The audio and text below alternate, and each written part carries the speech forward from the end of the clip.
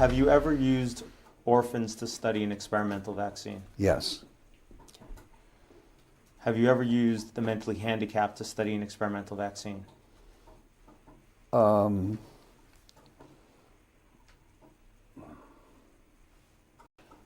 don't recollect ever doing studies in mentally handicapped individuals. At the time, in the 1960s, it was not an uncommon practice. I'm not clear on your answer. I'm sorry. Have you ever used the mentally handicapped to study an experimental vaccine? What I'm saying is I don't recall specifically having done that, but that in the 1960s it was not unusual to do that, and I wouldn't deny that I may have done so. Okay. There's an article entitled Attenuation of RA27.3 Rubella Virus in WI38 Human Diploid Cells. Are you familiar with that article? Yes. In that article, one of the things it says is 13 seronegative, mentally retarded children were given RA27.3 vaccine. Okay, well, then that's, in that case, that's what I did. Okay. Have you ever expressed that it's better to perform experiments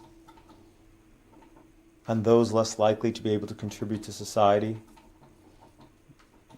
such as children with handicap, than with children without or adults without handicaps? I don't remember specifically, but it's possible. And again, I repeat that in the 1960s, that was more or less common practice. I've since changed my mind, but that was a long time ago. Do you remember ever writing to the editor of Ethics on Human Experimentation?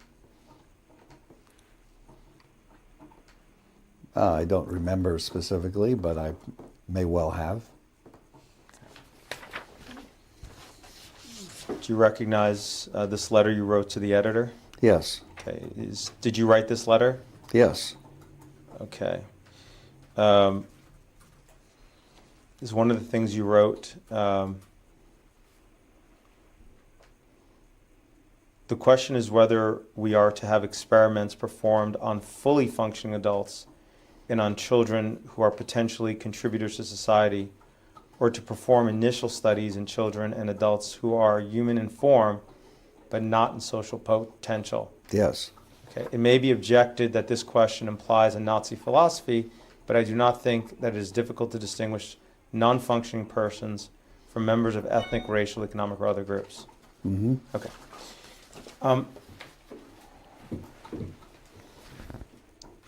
Have you ever used babies of mothers in prison to study an experimental vaccine? Yes. Have you ever used individuals under colonial rule to study an experimental vaccine? Yes. Okay. Did you do so in the Belgian Congo? Yes. Did that experiment involve almost 1 million people? Well, all right. Yes. Okay. If you like that clip, then be sure to check out our live broadcast of The High Wire every Thursday morning at 11 a.m. Pacific Time. You can watch it on Facebook, YouTube, iTunes, and Twitter. We'll see you there.